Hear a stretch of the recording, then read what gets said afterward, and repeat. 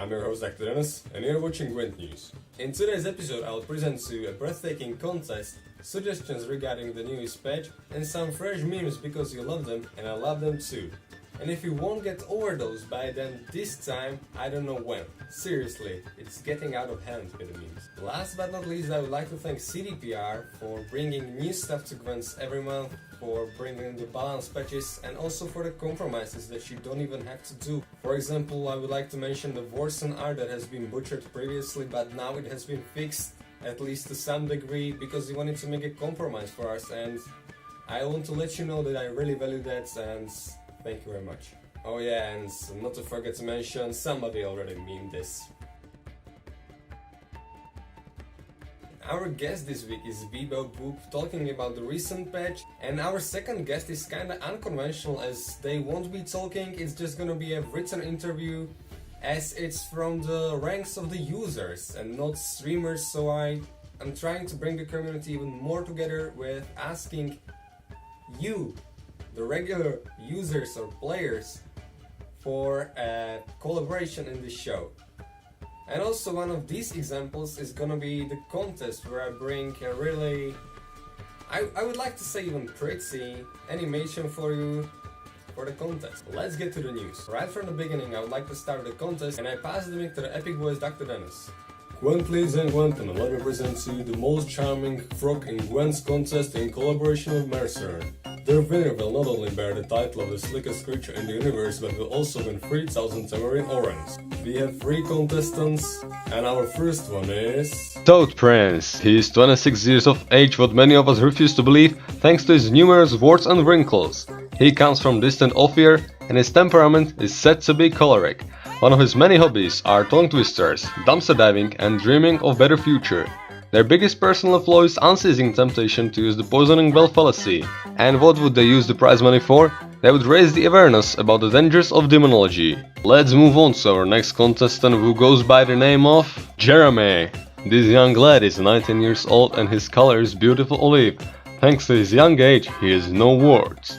Yet, when we asked him about his nationality, he didn't respond, and instead of that, he claimed that he doesn't believe in the institution of national states, nor did they ever give him a reason to care. So we realized that this dude's temperament is really phlegmatic.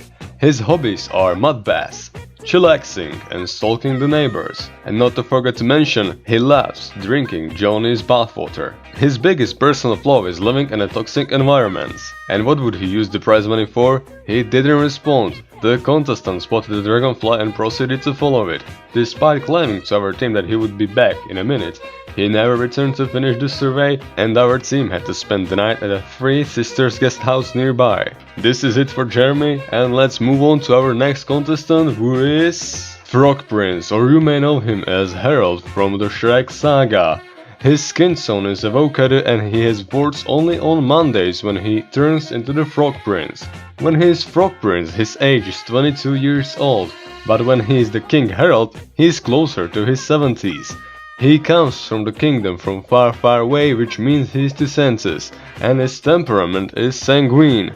His main hobbies are community projects, dating apps, leg workouts, and experimental cuisine. His biggest personal flaw is lacking a proper grip on reality and quarrels with Shrek. And what would he use the prize money for? He would hire a stylist to increase the chances of hooking up with local bachelorettes. A womanizer, for sure. Now you can pick your favorite frog and vote. The voting pool can be found in the Reddit post down in the description, right at the bottom of the post. Please submit your votes and thank you for your attention. Now back to the news. The recent update has sparkled a bit of controversy, if I may say, with the leader match preview screen. The leader seems to be rendered a bit trashy, I dare to say, and the Redditors were fast to bring some improvements for this, so here are the best ones.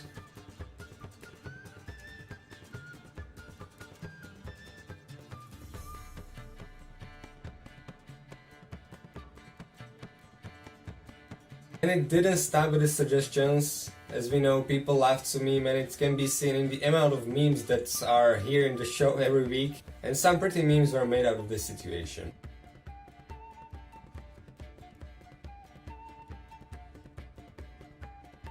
The other change regarding the leaders, still yet to come though, the one when leaders say bye-bye to the abilities they are tied to and can be used with any abilities, has fallen victim to memes as well. Behold.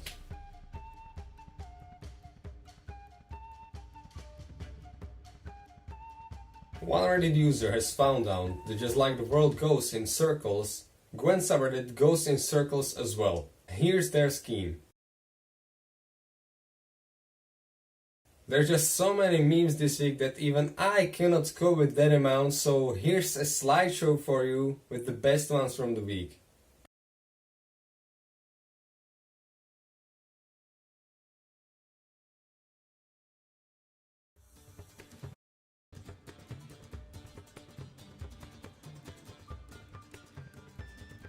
My part ends here, and now I bring you BeeBoBoop with his thoughts on the last patch. Hey, what's up guys? BeeBoBoop here, and this is Gwent News with DrDenuz. I'm funny. I'm funny, right? Mm-hmm. She thinks I'm funny. My wife thinks I'm funny. Alright, so today we're going to talk about patch 3.2. Now, this patch just came out. I honestly haven't had time to play it myself yet. But I did take quite a few notes. I looked at the patch notes, watched the dev stream, obviously. There's quite a few things on there that I'm really looking forward to, I'm really excited about. I'm going to go out and kind of say a couple of things that maybe I don't understand very well, or I don't really, you know, get, or a couple of things that I think might be kind of weird. Like, I was watching a stream earlier and I know the whole floating card thing. That's a little weird. I don't really get what that's all about. The intro screen, I've heard a few people say different things about that. You know, some people kind of say it's like a Mortal Kombat style. I don't think it's that bad. It's interesting to me. I don't really understand it again, but it's interesting. I also want to mention the one thing that blows my mind and I'm just extremely excited about. I've been looking forward to this for so long, is the Twitch overlay. Obviously, I'm a bit biased as I do stream on Twitch, but for me, the overlay is something that we've been needing for a long time, and I'm extremely pumped that it's finally here. So thank you, CDPR, for that. That's amazing. So this video, I'm just going to kind of be mentioning some random stuff that I noticed or I read from the patch notes and kind of just seeing where it all fit into the game now and what's, you know, what's looking good, what's looking weird, what's looking interesting. I want to mention the Whoreson art change, Whoreson Jr.'s art change. I think it's a good thing. It's, you know, it brings some violence, some creepiness back to that card, which I think was much needed. He looked a little lonely in that bathtub for a while there, so it's good to have some body parts keeping him company. I don't mind that. I didn't mind the original either, though, to be honest. A big part of Gwent is its maturity level, and I think that's one of the things that makes Gwent unique as a card game is the ability to have, you know, cards that are more mature than, you know, say cartoons like RNG Stone.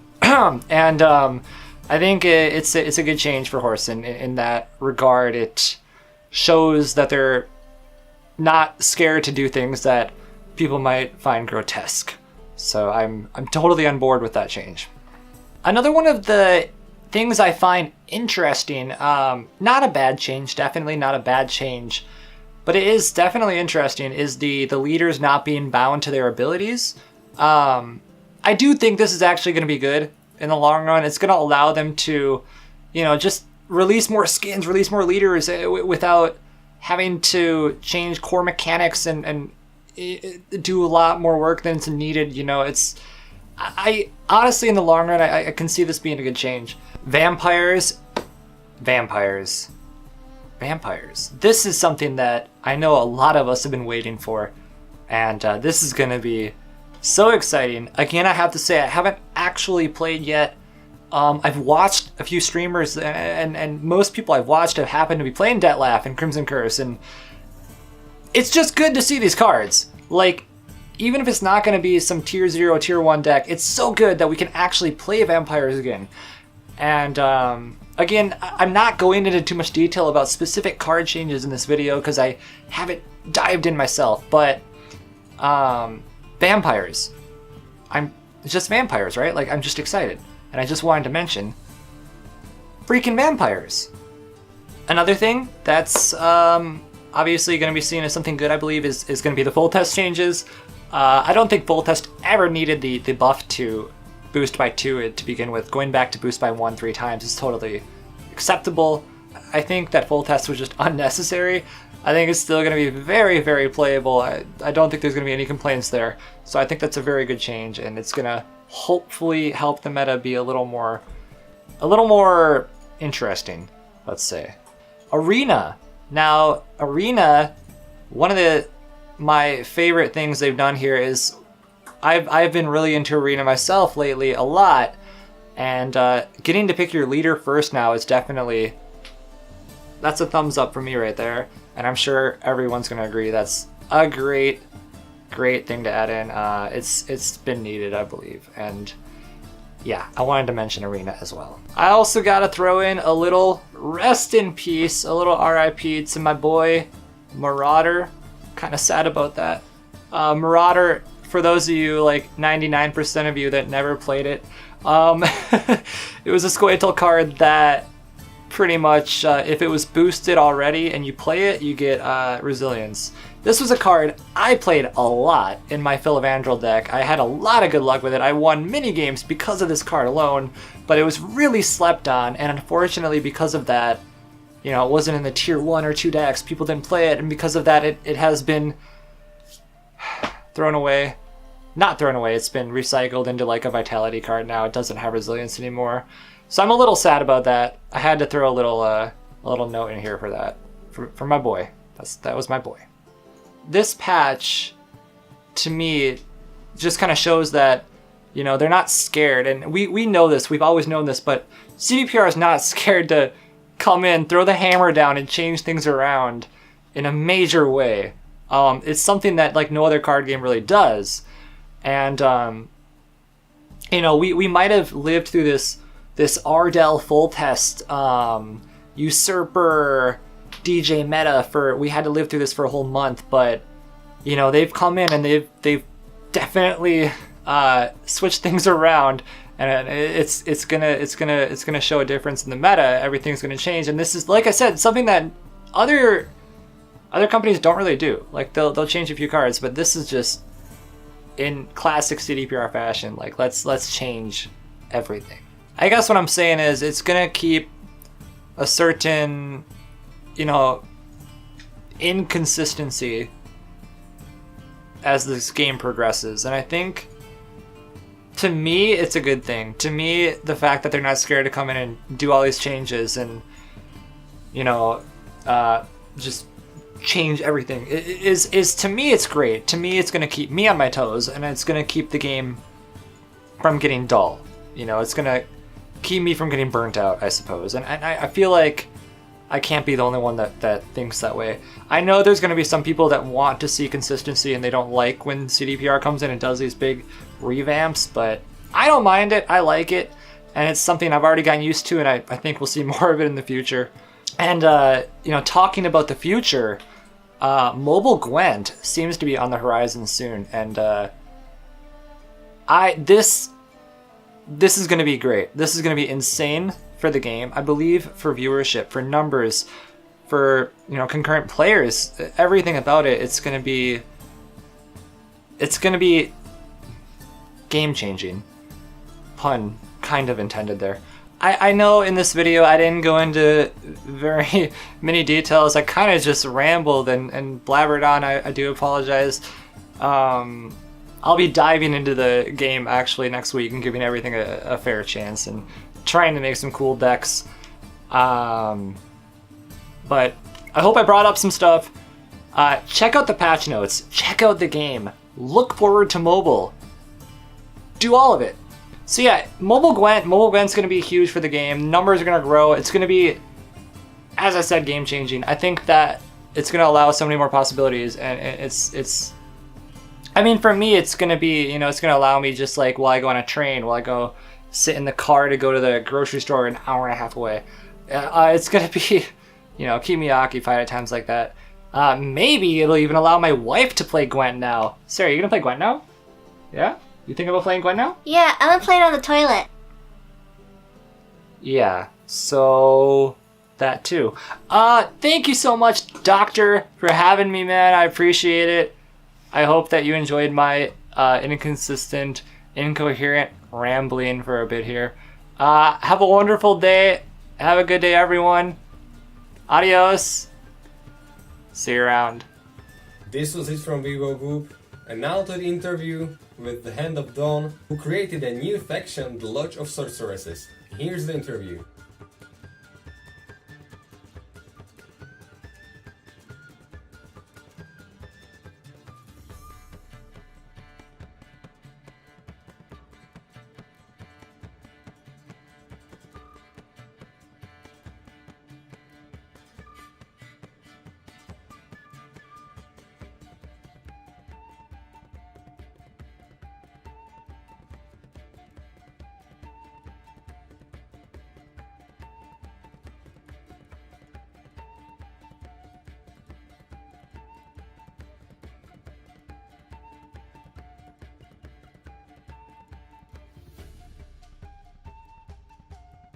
This was the last part of the Gwent news. Thank you very much for watching, and let me know what you think about this show and what would you improve for the next weeks. And also let me know if you like the idea of bringing more of the user consents in, as well as just the streamers.